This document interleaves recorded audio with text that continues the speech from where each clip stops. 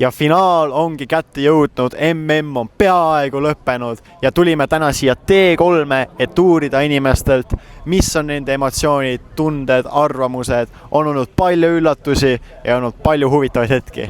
Kes teie arust võidab finaali? Argentiina. Okay. Muidugi Argentiina.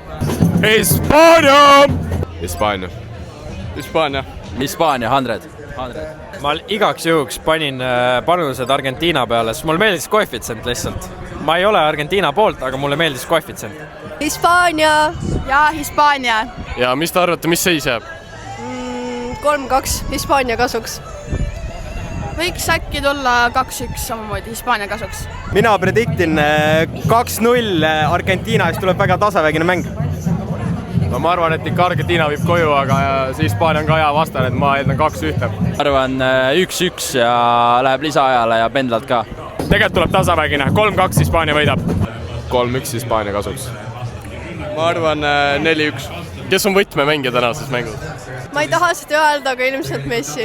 Hispaania tiimis on ka päris palju noori. Jamal. Osver Pajal.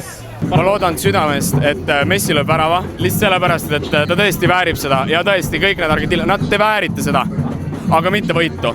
Mängu kahjuks ei muuda Jamal, tal on natuke jalaga, no on hädamajas, aga ma arvan, et Ferran Torres tuleb sealt kuskilt koopast välja ja teeb, mis ta peab tegema.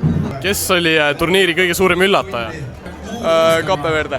Abo Verde, nagu siin ei ole kahtluski. See, mida see Bosnia tegi, see on ebanormaalne ja ma arvan, et sinna peab reisile minema.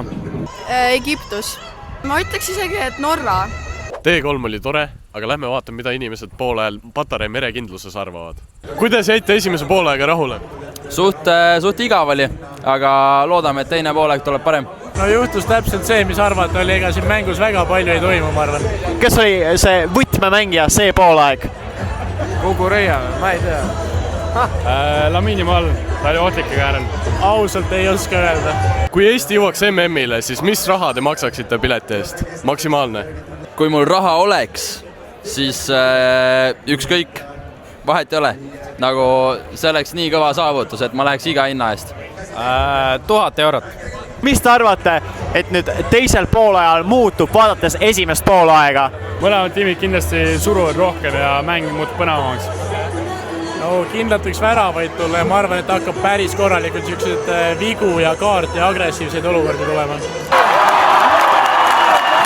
Ja Hispaania on maailmameister aastal 2026! Mis emotsioonid sul praegu on? Ei noh, ma ütlen, et kõik need heiterid, kes on öeldud, et see on skriptitud mäng ja et ei ole aus, et säht teile, aga ikkagi minu arust oleks pidanud see Argentiina koju tulema.